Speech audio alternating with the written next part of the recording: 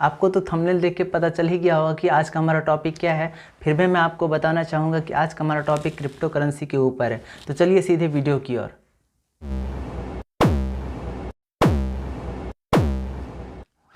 जब से budget announce हुआ है तब से हर कोई इंटरनेट पे क्रिप्टो करेंसी के बारे में ही बात कर रहा है।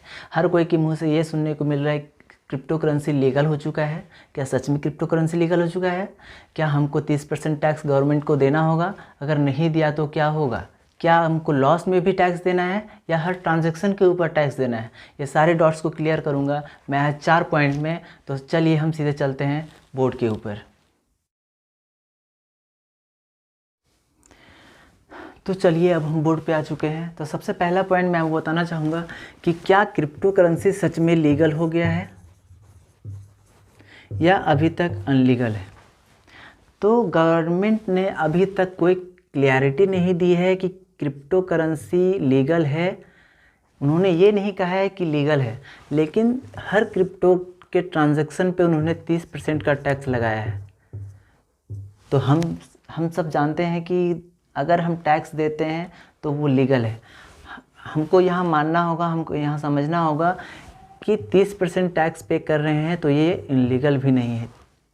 लेकिन गवर्नमेंट की तरफ से कोई क्लैरिटी नहीं है कि क्रिप्टो करेंसी लीगल है। लेकिन हम टैक्स पे कर रहे हैं तो ये लीगल है, लेकिन गवर्नमेंट का क्लैरिटी अभी तक क्लियर नहीं हुआ है। सबसे पहला पॉइंट उम्मीद है कि आपको समझ में आ गया होगा। तो हम अब दूसरे पॉइंट की बात करते हैं। दूसरा पॉइंट ये है, क्या हमें हर ट्रांजैक्शन पे 30% का टैक्स देना है या नहीं। तो सबसे पहला बात, अगर हम 10,000 की कोई क्रिप्टो खरीदते हैं, एग्जाम्पल इथेरियम खरीदते हैं, अगर कुछ दिनों के बाद हमारा प्रॉफिट यानी कि बजट अनाउंस होने के बाद यानी कि 1 अप्रैल के बाद अगर ये इसका दाम हो जाता है, इसकी वैल्यू हो जाती है 20,000, यानी कि नेट प्रॉफिट हमारा कितना है, इससे इसको माइनस कर दें तो नेट प्रॉफिट हमारा 10,000, ये हमारा नेट प्रॉफिट हुआ। तो हमको नेट प्रॉफिट में यानी कि इस 10,000 का 30% टैक्स पे करना होगा, यानी कि 10,000 का टैक्स 3,000 पे करना होगा, यानी कि 1 अप्रैल के बाद। बहुत सारे लोगों के मन में ये डाउट होगा कि यार टैक्स हम पे नहीं करेंगे, गवर्नमेंट को कैसे पता चलेगा कि हम टैक्स पे नहीं कर रहे हैं। तो दोस्तों मैं आपको बता देता हूँ कि जिस भी एप्लीकेशन के ऊपर आप ट्रांजैक्शन कर रहे हैं उसमें आपने केवाईसी करी है, उसमें आपने आधार कार्ड दिया है, उसमें आपने पैन कार्ड दिया है, यानी कि हर डॉक्यूमेंट्स आपने दी है, उसके बाद केवाईसी करी है। तो ये गवर्नमेंट आपकी डॉक्यूमेंट्स को फेच कर सकती है। इसीलिए कोई भी टैक्स छुपाने की कोशिश मत करना और टैक्स सही समय पे करना होगा आपको। अगर आप छुपाने की कोशिश करते हो यानी कि टैक्स नहीं देने की कोशिश करते हो और टैक्स बचाने की कोशिश करते हो, तो गवर्नमेंट जब अगर आपकी केवाईसी वाली डॉक्यूमेंट्स फेच करेगी और उस गवर्नमेंट को जब पता चलेगा कि आप टैक्स नहीं भर रहे हैं, तो गवर्नमेंट आप पे 300% की पेनल्टी लगा सकती है। तो मेरा सजेशन आपको ये रहेगा कि टैक्स छुपाना मत। ये डॉट तो क्लियर हो गया कि किस ट्रांजैक्शन के ऊपर टैक्स देना है, किस ट्रांजैक्शन के ऊपर टैक्स नहीं देना है, हमको किस चीज़ पे टैक्स देना है, पूरी वैल्यू के ऊपर टैक्स देना है या फिर नेट प्रॉफिट के ऊपर टैक्स देना है। ये बातें मैंने आपको समझा दी। तो अब हम तीसरी टॉपिक पे चलते हैं। तो तीसरा पॉइंट हमारा ये है कि मान लेते हैं हमारा एक दोस्त का नाम सचिन मान लेते हैं, इसको मैंने क्रिप्टो गिफ्ट करी जो 10,000 रुपये की है। तो इस सिचुएशन में ये 30% का जो टैक्स है वो किस तरह से काम करेगा। यानी कि मैंने सचिन को भेजा, ठीक है, तो मैंने सचिन को 10,000 की क्रिप्टो भेजी, तो यहाँ ये सिचुएशन इस पे लागू होगा, यानी कि मैंने सचिन को 10,000 का क्रिप्टो भेजा, तो सचिन को यहाँ 30% टैक्स पे करना होगा। मान लेते हैं अगर हम सचिन को 10,000 रुपये देते हैं, उसने 10,000 रुपये मेरे को वापस कर दिया, तो उसमें कोई चार्ज नहीं है। लेकिन अगर फिर से सचिन ये हमको वापस करता है, तो जब ये वापस करेगा तब मुझे भी 30% का टैक्स गवर्नमेंट को पे करना, यानी कि करना होगा। यानी कि 30 और 30 60% का टैक्स टोटली पे करना होगा अगर हम इस गिफ्ट करते हैं और ये हमको वापस करता है तो दोस्तों उम्मीद है कि तीसरा पॉइंट समझ में आ गया होगा। अब हम चलते हैं चौथे पॉइंट की ओर। चौथा सबसे इम्पॉर्टेंट पॉइंट है जो आपके मन में अभी तक डाउट होगा, यानी कि लॉस प्रॉफिट किस तरह से काम करेगा ये क्रिप्टो करेंसी। यानी कि अगर हमारा लॉस हो जाता है तो क्रिप्टो किस तरह से काम करेगा, अगर प्रॉफिट होता है तो क्रिप्टो किस तरह से काम करेगा, यानी गवर्नमेंट इसमें से क्या रूल निकाली है। तो मैं आपको समझाता हूँ।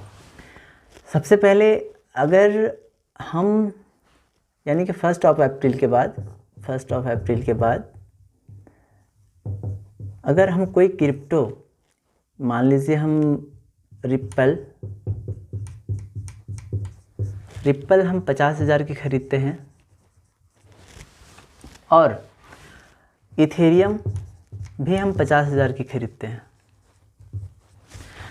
तो इसकी वैल्यू हम मान लेते हैं कि रिप्पल की वैल्यू प्लस, यानी कि मान लेते हैं हम इसका 17,000 यानी कि 70,000 रुपये, और इसका हो जाता है यानी कि माइनस, इसमें हमको लॉस होता है और इसमें हमको प्रॉफिट होता है।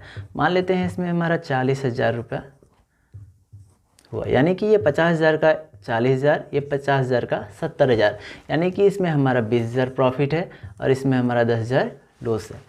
तो आपके मन में, यानी कि सभी के मन में होगा कि ये इसमें से 20,000 का टैक्स देना है, इसमें तो 20,000 का इनकम हुआ है तो इसमें 20,000 देने में कोई दिक्कत नहीं। लेकिन अगर 40,000 यानी कि 50,000 का जो वैल्यू 40,000 हुआ है, इसमें से किस तरह से काम करेगी, इसमें से हमको क्या करना होगा। यार हमारा तो लॉस हुआ है, इसमें ये तो डाउट होगा ना आपको, तो मैं आपको बताता हूँ।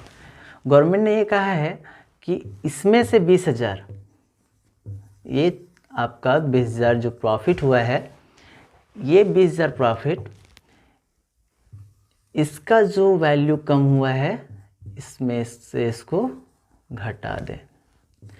आपका नेट प्रॉफिट कितना बचता है, आपका नेट प्रॉफिट बचता है 10,000। तो 10,000 का आपको यहाँ पे करना होगा चार्ज, यानी कि टैक्स। यानी कि ये 10,000 नेट प्रॉफिट जो आपका हुआ, 10,000 का नेट प्रॉफिट का आपको 30% टैक्स देना होगा। तो दोस्तों हमने 4 पॉइंट जो बताई, तो हमको लगता है कि ये बहुत ज़रूरी जानकारी थी जो आपको मैंने बताया। दोस्तों उम्मीद है कि ये चारों पॉइंट आपके क्लियर हो चुके होंगे। लेकिन एक मैं अपना पर्सनल ओपिनियन देता हूँ आपको कि अगर आपने अभी कोई भी ट्रांजैक्शन क्रिप्टो के ऊपर की है, कोई भी ट्रांजैक्शन, यानी कि कोई भी, यानी आपने बिटकॉइन खरीद के रखा है या कुछ भी खरीद के रखा है जिसका अगर वैल्यू प्लस में है, यानी कि मान लेते हैं 10,000 का क्रिप्टो आपने ख़रीदा है, तो अगर इसका वैल्यू 20,000 है, तो मेरा पर्सनल ओपिनियन है कि ये वैल्यू को आप विड्रॉ कर लें। यानी कि 20 और 10 30,000, यानी कि 20,000 फ़ायदा और 10,000 आपका जो आपने डाला था, यानी कि दोनों को मिला के जब जो 30,000 हुआ वो आप विड्रॉ कर ले। ये आपके बैंक में जाने के बाद, यानी कि मैं 1 अप्रैल के पहले की बात कर रहा हूँ, क्योंकि जो मैंने आपको बताएं वो 1 अप्रैल के बाद लागू होगी। तो उसके पहले आप ये निकासी कर लें, क्योंकि अगर यही ट्रांजैक्शन आप 1 अप्रैल के बाद करते हैं तो इस ट्रांजैक्शन के ऊपर अभी तो कोई टैक्स नहीं है। अभी 30,000 अगर आप निकालते हैं तो इस पर कोई टैक्स नहीं है। लेकिन अगर 1 अप्रैल के बाद यही अगर निकासी आप करते हैं तो ये 30,000, यानी कि अगर प्रॉफिट आपका 20,000 हुआ है तो 20,000 का आपको टैक्स पे करना होगा, यानी कि 6,000 रुपये। तो दोस्तों मेरे पर्सनल ओपिनियन यही था कि अभी तक आपने अगर आपका प्लस है तो आप विड्रॉ कर सकते हैं। और जितनी भी मैंने ये पॉइंट्स बताई है वो 1 अप्रैल यानी कि 2022 के बाद लागू होगी, और ये 1 ईयर यानी कि ये 1 फाइनेंशियल ईयर तक लागू रहेगी। यानी कि फिर से जब तक बजट अनाउंस नहीं होता है तब तक यही रूल रहेगी, यानी कि 1 अप्रैल से 31 मार्च 2023 तक। 1 अप्रैल 2022 से 31 मार्च 2023 तक यही रूल रहेगी। अब 2023 में अगर बजट में अनाउंस कुछ और होता है, यानी कि कोई और रूल अगर लगती है तो यहाँ चेंज होगा, लेकिन तब तक यही रूल रहेगी जो मैंने आपको अभी बताया। तो दोस्तों उम्मीद है कि क्रिप्टो के ऊपर जो बजट के बाद अनाउंस हुआ था वो डाउट आपके क्लियर हो गए होंगे। अगर कोई और क्वेश्चन है आपका तो आप कमेंट में पूछ सकते हैं। दोस्तों उम्मीद है कि आज की जानकारी आपको अच्छी लगी होगी। अगर अच्छी लगी तो वीडियो को लाइक कर दें और चैनल को सब्सक्राइब कर ले। दोस्तों मिलते हैं अगले वीडियो में, तब तक के लिए जय हिंद, वंदे मातरम।